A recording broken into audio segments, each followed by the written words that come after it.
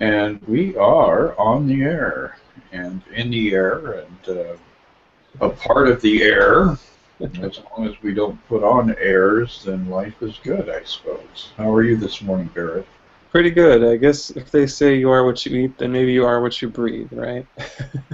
I think that's probably closer to truth than the eating part, really, because we do so much more of it. So, so you're just back from Florida once again, and now you're having to readjust to the less temperate climes here. Was it a shock to the system when you got off the plane?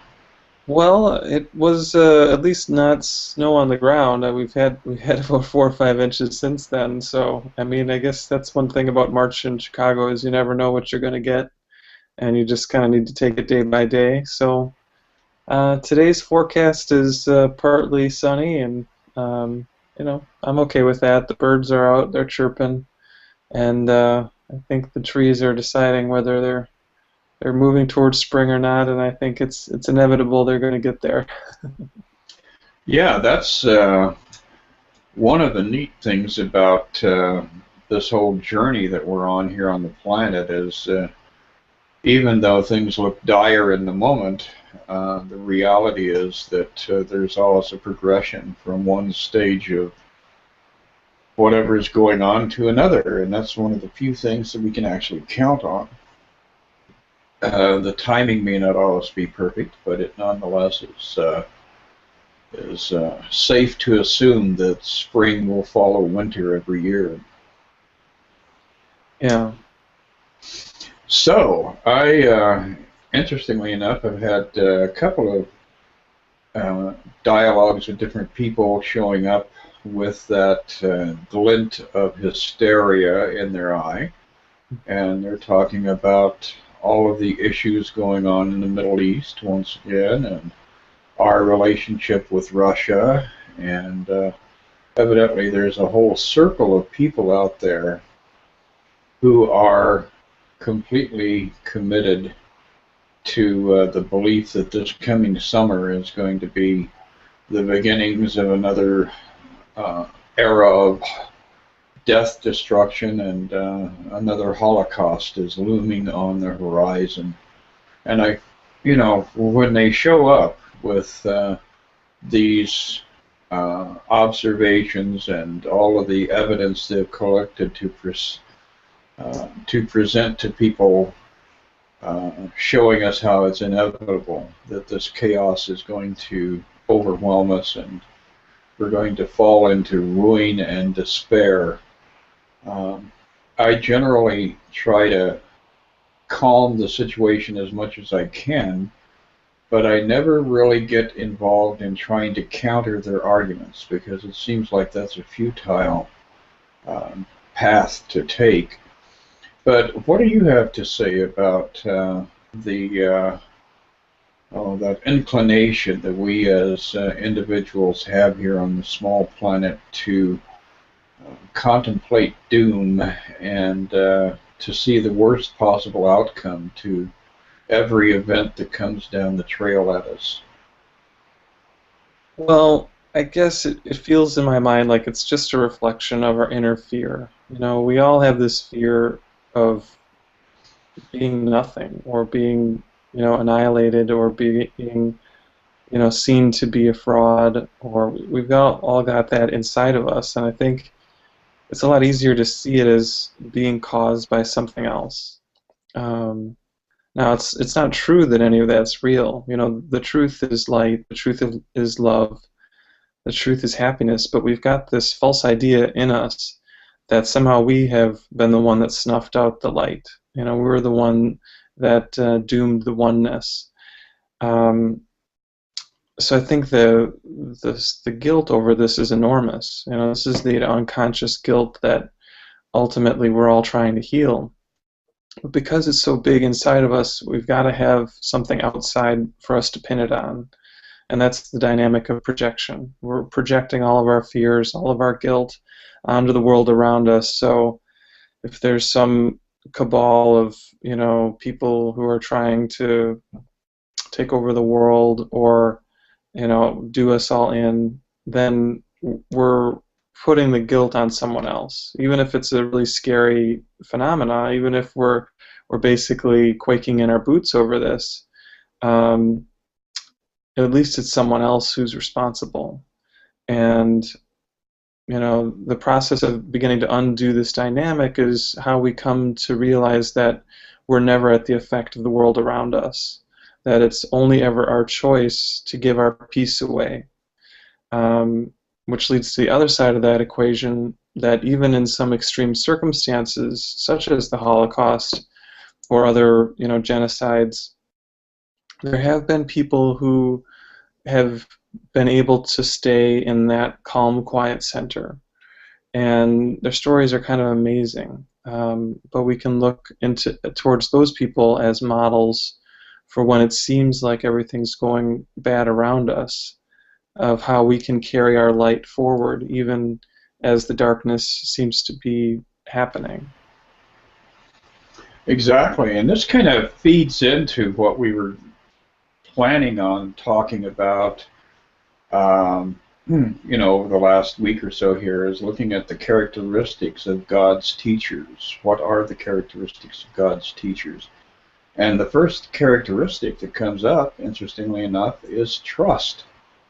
And so, if we are in a state of not having trust that God is in control of things, it loops us back into that ongoing cycle of fear. We generate fear, we then share the fear, and so really, in many ways, the answer for all of the world's problems comes back to us as individuals and how we respond to the fears that are being projected into the world.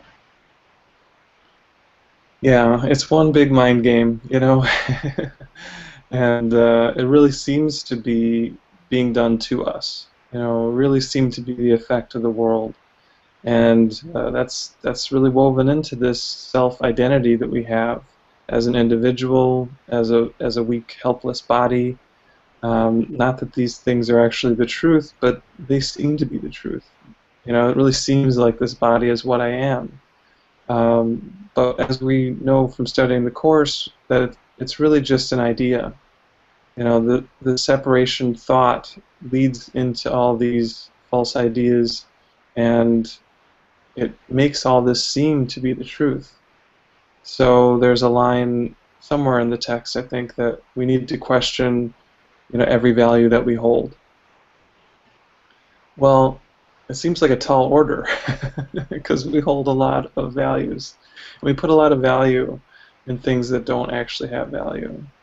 Now, the good news is we don't need to give up anything until we're ready to. So it's not as we study this Course that everything is going to be stripped away from us. And it's not that we need to even give up things on the physical level, but it is about us questioning our psychological attachment to them and letting them be the source of our happiness. Because if we think that anything here is what's going to make us happy, then when it doesn't work out, we can be sure that we're going to be unhappy. So this is about kind of reevaluating our perception. And I think it ties right back into this concept of trust that we're talking about. So this is a section in the Manual for Teachers at the back of the Course.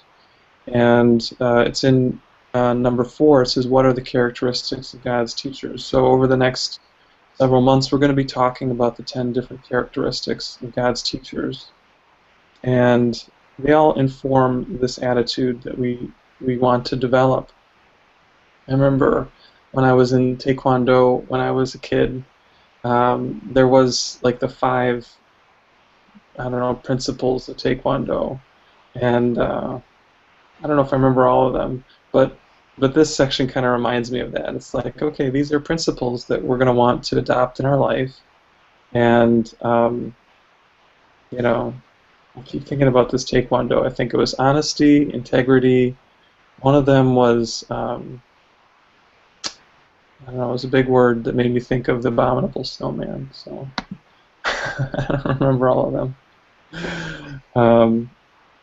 So it's nice. It's like the course's version of the Boy Scout Code of Honor or something like that.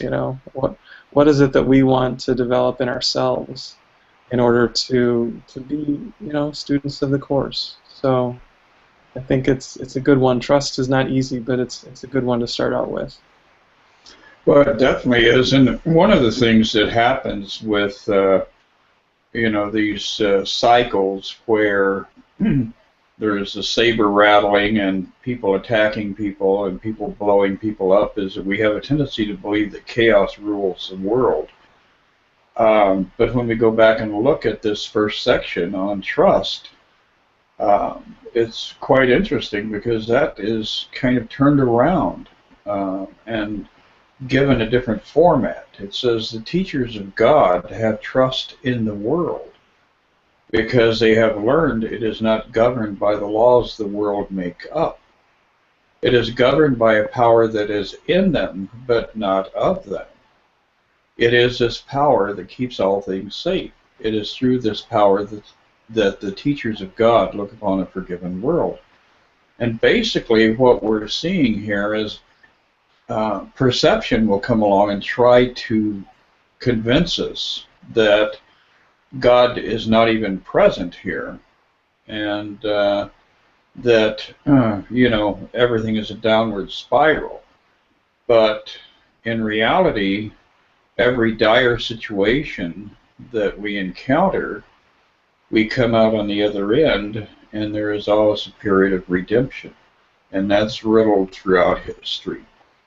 So, if we're holding to that truth, that the world is making a claim for that darkness, but in actual fact, the world is governed by God, then even though we may be disembodied in the journey, we may lose our physical body on one or two occasions, the true reality is that we as expressions of the divine, that we as individual examples of God are inviolate, and that we may be bounced out of a body, but the truth is that we will not in fact suffer death, and the truth is that the eternal harmony of God ultimately is what will secure the world, and then eventually will transcend the world,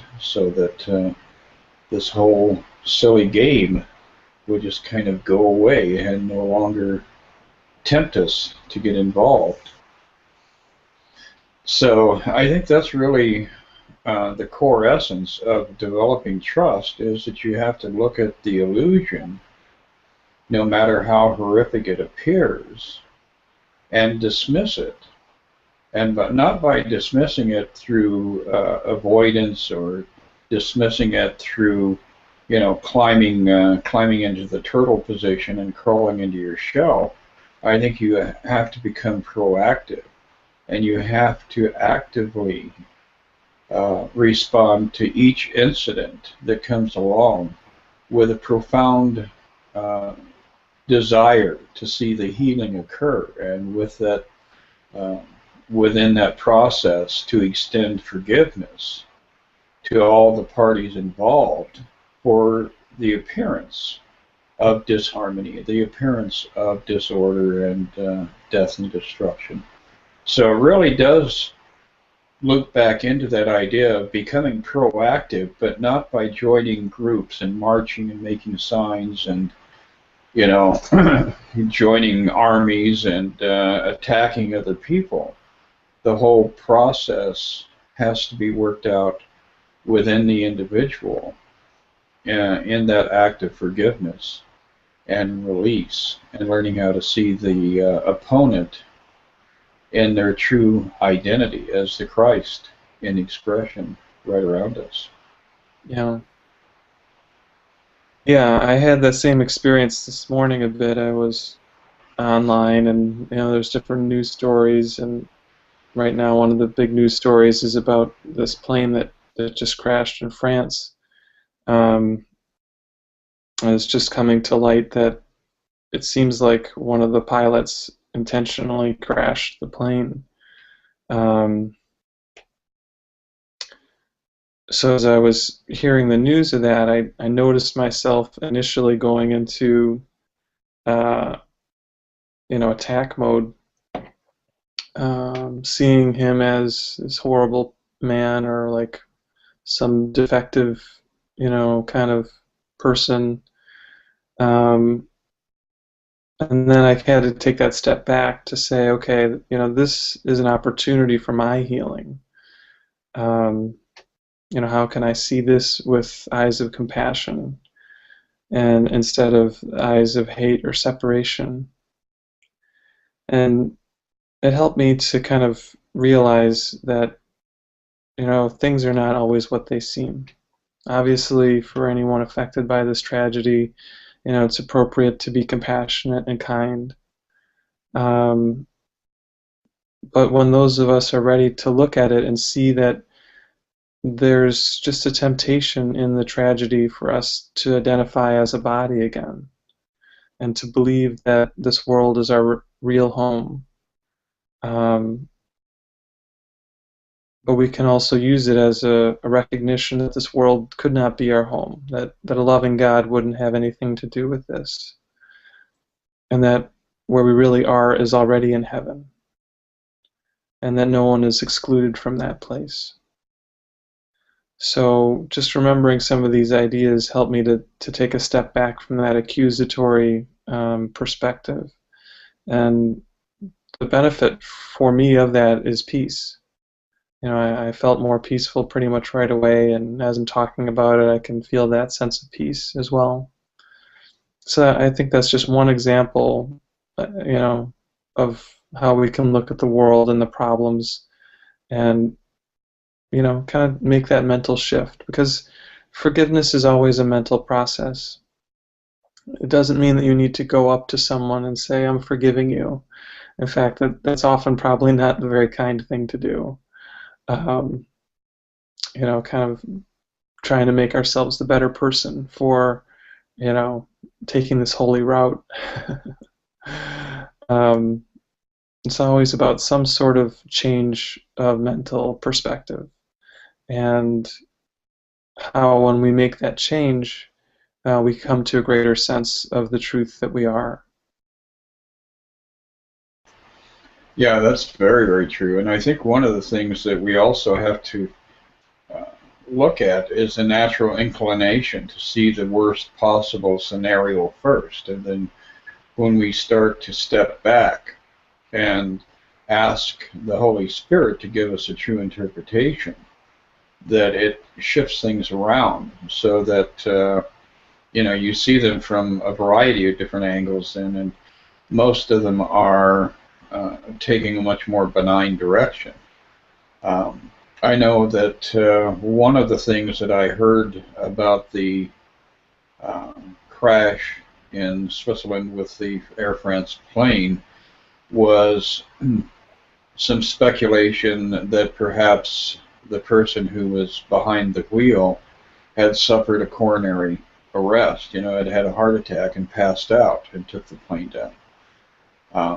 But it is interesting how the first inclination when the story comes across is to speculate that it was a terrorist act or that it was just, some sort of personal act of revenge that caused this to play out the way it did. So rather than really having a judgment either way, I think that probably the most benign place that we can arrive at in the process is to merely step back and not have an opinion either way. And within that opening, within that avenue that we create where there's no traffic and no obstructions, then we can be given the interpretation that comes from that higher source that makes it much more acceptable to process it and release it and to transcend it without adding fuel to the fire with an investment of a judgment about exactly what motivated the individual and exactly what the situation was. So, and again, I think that that's a big part of trust, is that to not have the judgment to begin with means that we are, in fact, acting out of trust, and within that trust, being willing to accept a more valid interpretation from the divine, rather than trying to find our own conclusions, and of course, ultimately extracting ourselves from keeping this kind of energy in motion, and keeping it from spreading as much as it would like to. Yeah, I think that's a really good point, and I think that as we look at the things in this world, we can't always look at that deeper, the deeper call. As the Course says, everything is either a call for love or an expression of love. So if there was something intentional about this or any other act, of violence, we can look beyond that intent to harm and hear that person's call for help. Because no matter how drastic or severe or painful somebody's expression of that pain is, there's a part of them that's really asking for love. And it's only because they think they're not worthy of that love that they would be acting out that pain within them in that hurtful way. I think this is a high bar to set, because we look at the world and we see all the problems, we see all the the terrorist acts, or different wars and violence, and just neglect of people and their situations. And it's very easy to say, that's horrible. I can't condone that, and we're not really saying you need to condone any of these bad things, but that we need to listen to that deeper call, because it's only when we can hear that true kindness is possible. Otherwise, all actions are only coming from some level of a vendetta, of revenge, and reinforcing that cycle of pain and suffering. Exactly. And that section, that we're discussing here, the characteristic of trust, when we come down to the actual final thought that is extended to us here in the Course, it's kind of a beautiful synopsis that is offered to us. It says, "Who would attempt to fly with the tiny wings of a sparrow when the mighty power of an eagle has been given him? And who would place his faith in the shabby offerings of the ego when the gifts of God are laid before him? What is it that induces them to make the shift?" And that shift from seeing the ego's interpretation and accepting it, to confronting that within your own mind and saying, no, there's got to be a deeper meaning to this, and waiting within that state of silence for the divine to reveal to us what is actually occurring here. It's an interesting process of kind of unraveling the knots that the ego always presents to us. It's like the ego takes, all of our fishing line and turns it into a big wad. And if you're trying to sort that out yourself, you've got a lifetime of things that are going to be very demanding of you. But if you turn that over consistently to the divine and allow the Holy Spirit to sort it out for you, you're going to get, a nice roll of fish line wound up on a beautiful little chunk of wood that you can go back to your fishing hole with and enjoy life from a much less complex and convoluted space. So it really is going back over and over and over again and asking, after the shrill shrieking of the ego, asking for the truth to be shown to us. And within that, the healing arises, not only for us, but for all the parties involved. Yeah, that's beautiful. Well, Barrett, it's been a fun morning. It's nice and bright and sunny here on the south side of Chicago, although chilly. And we are plotting on our next workshop event, which is going to be coming up in June. We may have something prior to that, but the next major adventure is going to be the 13th of June, and we would invite people to come and break bread with us, as well as share some thoughts about the course. So I guess that kind of winds it up for this week. What are your thoughts on the upcoming times ahead of us here? I would just say, as the weather is kind of warming up, to begin to let your spirit warm up. You know, all of us have these hard spots in our heart, and as we find more warmth outside of us, we can also begin to give more warmth within. You're always worthy of love, even when you're not feeling like you are. So, you know, give yourself something that makes you smile. Give yourself a reason to do something that you love, and just let that carry you into the spring that's beginning to spring here. Perfect. Yes, and we are ready for warmer weather. So great. Well, it was wonderful chatting with you, Barrett, and I will talk to you a week from today. All right, sounds good, Chris. You have a great day. You too. Bye.